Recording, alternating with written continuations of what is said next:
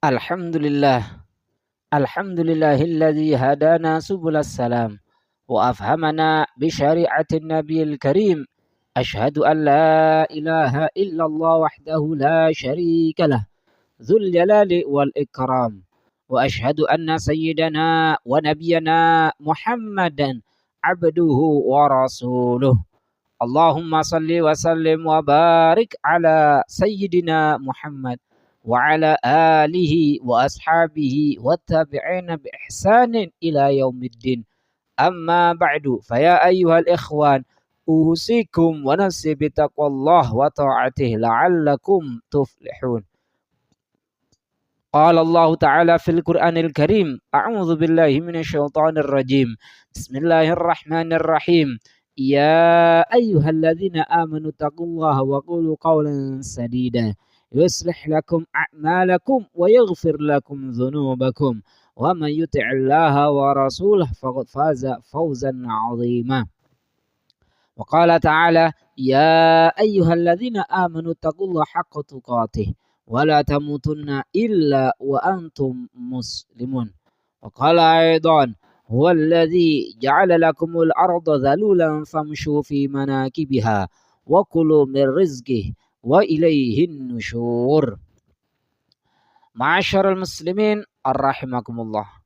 Pada hari yang mulia ini, khatib menyeru kepada jamaah sekalian untuk senantiasa menjaga dan meningkatkan ketakwaan kita kepada Allah Subhanahu wa taala dengan semaksimal mungkin. Takwa dalam artian menjauhi segala larangan yang ditetapkan Allah Subhanahu wa taala dan menjalankan perintahnya.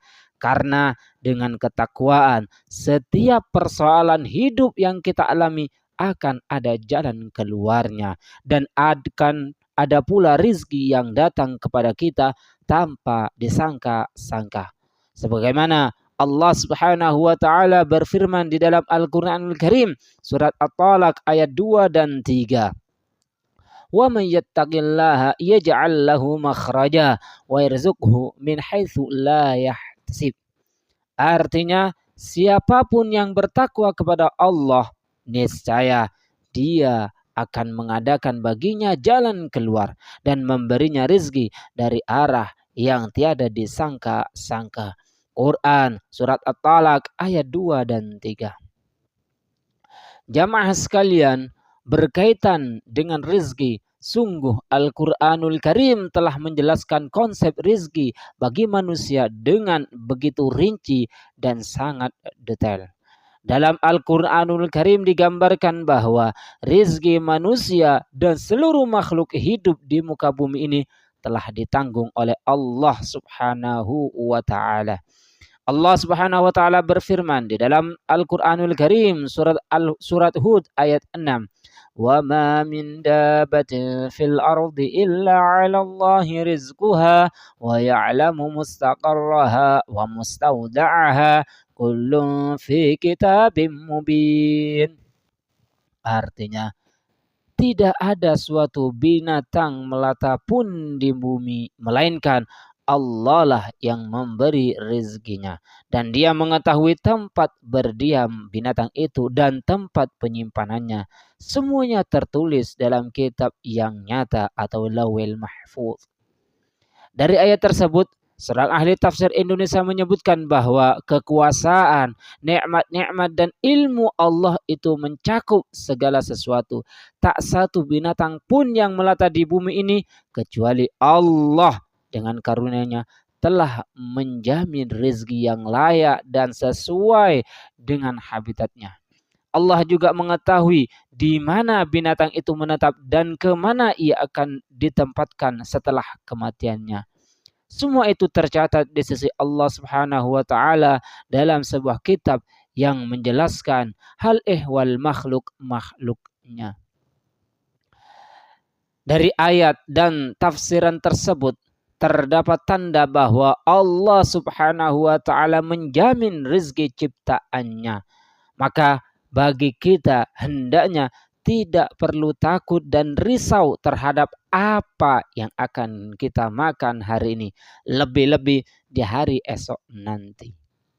Ma'asyiral muslimin rahimakumullah. Selain mewajibkan melaksanakan ibadah yang telah ditentukan tata cara pelaksanaannya, Islam juga agama yang menganjurkan penganutnya untuk mencari penghidupan duniawi untuk mencukupi kebutuhan hariannya.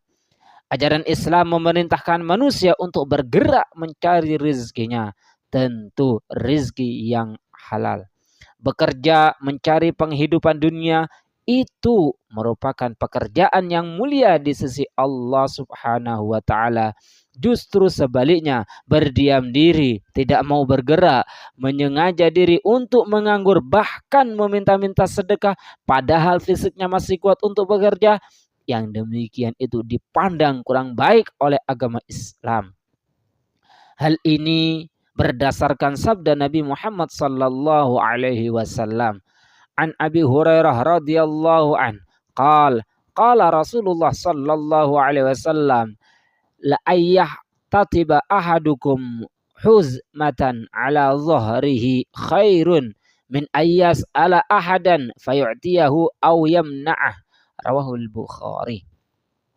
Artinya dari Abu Hurairah radhiyallahu anhu, ia berkata, Rasulullah sallallahu alaihi wasallam bersabda, salah seorang dari kalian memikul kayu bakar di punggungnya itu lebih baik daripada ia mengemis kepada seseorang, baik diberi atau ditolak.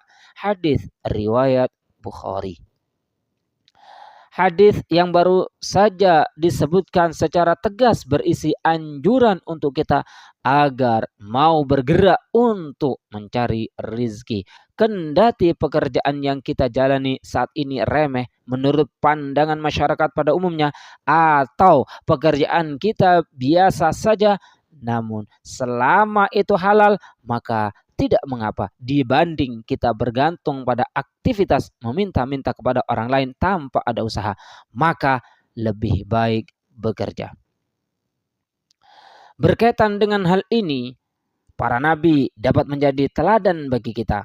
Mereka adalah orang yang kesalehannya tidak diragukan lagi. Akan tetapi mereka juga tidak lupa terhadap pencarian akan kehidupan dunia supaya kebutuhan hariannya terpenuhi. Jamaah sekalian, contohlah Nabi Daud alaihissalam yang makanannya berasal dari hasil usaha yang dikerjakannya sendiri. Kemudian contohlah Nabi Musa alaihissalam yang untuk mendapatkan makanan yang halal. Begitupun dengan Nabi kita, Nabi Muhammad sallallahu alaihi wasallam yang terkenal sebagai pedagang di masa mudanya. Apabila motivasi duniawi yang membuat kita semangat dalam bekerja tidak cukup bagi kita, ingatlah terhadap motivasi ukhrawi, bahwa Nabi sallallahu alaihi wasallam pernah bersabda, "Man amsa kalam min amali iyadeh amsa maghfuran lah." Artinya, siapapun yang di waktu sore merasa lelah karena mencari nafkah, maka di saat itu dosanya diampuni. Hadis riwayat Tabrani. Ma'asyiral muslimin rahimakumullah. Rizki dan hasil usaha adalah satu kesatuan yang tak dapat dipisahkan. Segala yang kita usahakan dari pekerjaan kita terkadang menghasilkan sesuatu dan terkadang tidak.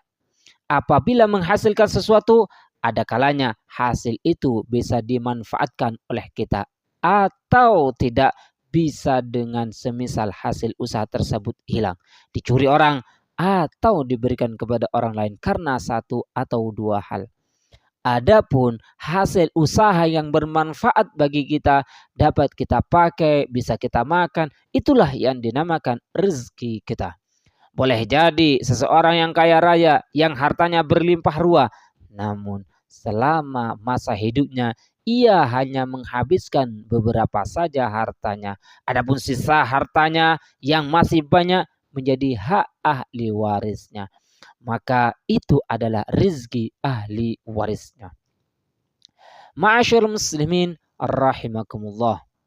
Yang terpenting lagi soal rizki adalah rizki bisa berbentuk materi, bisa juga berbentuk non materi. Rizki bisa juga berbentuk spiritual. Kita setiap hari bisa melaksanakan salat 5 waktu, melaksanakan puasa Ramadan dan menunaikan zakat, bahkan hingga melaksanakan ibadah haji, itu merupakan rizki. Ya, rizki, ketaatan dan hidayah yang diturunkan kepada para hamba-hamba yang dikehendakinya, yang dikehendaki olehnya. Bukankah ibadah yang kita lakukan memiliki sisi kemanfaatan bagi diri kita sendiri, baik di dunia maupun di akhirat? Ya, itulah yang dinamakan rizki. Selain ibadah, rizki itu juga dapat berupa teman yang baik, yang mengarahkan kita kepada jalan-jalan kebaikan. Lebih-lebih teman kita mengerti dan paham ilmu agama, sehingga menjadi wasilah keteladanan kita, sehingga menjadi wasilah kedekatan kita kepada Allah Subhanahu wa taala. Selain itu, jodoh yang baik adalah rizki juga. Pasangan yang baik akan menjadikan diri kita tenang dan damai dalam menjalankan bahtera rumah tangga hingga akhir hayat nanti. Bahkan hingga kembali dipertemukan di surganya Allah. Kemudian pendidikan yang sekarang kita dapatkan, baik di sekolah, di kampus, di majelis ta'lim, atau di tempat manapun, itu merupakan rezeki dari Allah Subhanahu wa taala yang perlu kita syukuri. Sebab pendidikan yang kita dapatkan saat ini akan bermanfaat bagi kehidupan kita. Yang paling sering kita abaikan untuk disyukuri adalah rezeki yang berupa oksigen yang kita hirup tiap detiknya. Tak dapat dibayangkan apabila 1 menit saja kita tidak dapat menghirupnya. Tentu sesaklah nafas kita. Masyarul muslimin rahimakumullah. Menyangkut soal rezeki, memang manusia adalah makhluk yang sering merasa khawatir dan risau soal penghidupan duniawinya. Hal itu merupakan sifat manusiawi bagi kita. Sebab tanpa naluri kecemasan akan rezeki, tubuh kita tidak akan merespon untuk bergerak mencari nafkah. Akan tetapi rasa cemas yang berlebihan terhadap rezeki pun tidaklah baik. Apalagi rasa cemas tersebut tidak dibarengi dengan kesadaran bahwa rizki tidak hanya yang bersifat materi saja, akan tetapi jika kita mau merenung dan berpikir betapa baiknya Allah Subhanahu wa taala kepada kita dengan segala hal yang saat ini bisa kita nikmati dan ambil manfaat darinya. Itulah rizki. Semoga kita semua diberikan rizki yang banyak dan halal serta barakah yang mampu menjadi wasilah atau perantara mendekatkan diri kepada Sang Khalik Allah Subhanahu wa taala. Amin amin ya rabbal alamin. Barakallahu li wa lakum fil Qur'anil azim wa nafa'ani wa iyyakum bima fihi minal ayati wa dzikril hakim. Aqulu qawli hadza wa astaghfirullah li wa lakum ولسائر المسلمين من كل ذنب فاستغفروه إنه هو الغفور الرحيم. الحمد لله الحمد لله الذي من علينا بالدين القويم وهدانا إلى الصراط المستقيم وأشهد أن لا إله إلا الله وحده لا شريك له وأشهد أن سيدنا محمدا عبده ورسوله النبي الكريم الرؤوف الرحيم. اللهم صل وسلم على سيدنا محمد وعلى آله وأصحابه حق قدره ومقداره العظيم. أما بعد فيا أيها المسلمون اتقوا الله حق تقاته ولا تموتن إلا وأنتم مسلمون. عباد الله اعلموا أنه لا أنفع للإنسان في هذا الزمن من 3 خصال: الصدقة السر والإجهار والاستغفار آناء الليل وأطراف النهار وكثرة الصلاة على النبي المختار. فالصلاة عليه صلى الله عليه وسلم من أعظم القربات وأفضل الطاعات ومن أقرب الطرق الموصلة إلى رب البريات. فقد أمركم الله سبحانه وتعالى بأمر بدأ فيه بنفسه وثنى بملائكته المسبحة بقدسه وثلث بكم يا أيها المؤمنون من برية جنه وإنسه. فقال مخبرا وآمرا عليما: إن الله وملائكته يصلون على النبي يا أيها الذين آمنوا صلوا عليه وسلموا تسليما.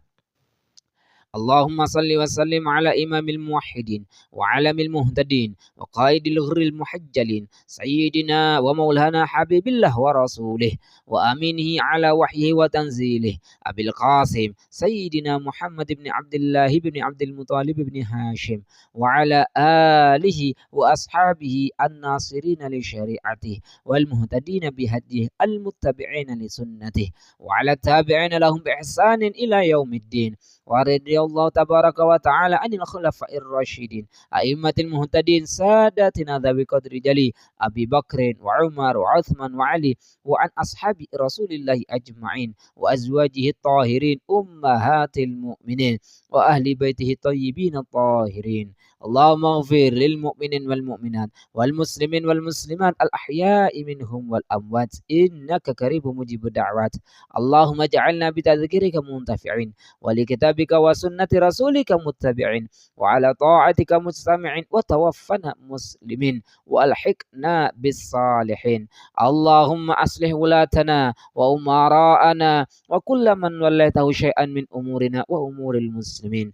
اللهم استر عوراتنا وآمن روعاتنا وغزر أمطارنا وأرخص أسعارنا واشف مرضانا وعاف مبتلانا وارحم موتانا وأصلح أحيانا يا أرحم الراحمين. ربنا آتنا في الدنيا حسنة وفي الآخرة حسنة وقنا عذاب النار. عباد الله، إن الله يأمر بالعدل والإحسان وإيتاء ذي القربى وينهى عن الفحشاء والمنكر والبغي يعظكم لعلكم تذكرون. واذكروا الله العظيم يذكركم واشكروا له على نعمه يزدكم واستغفروه يغفر لكم ولذكر الله أكبر.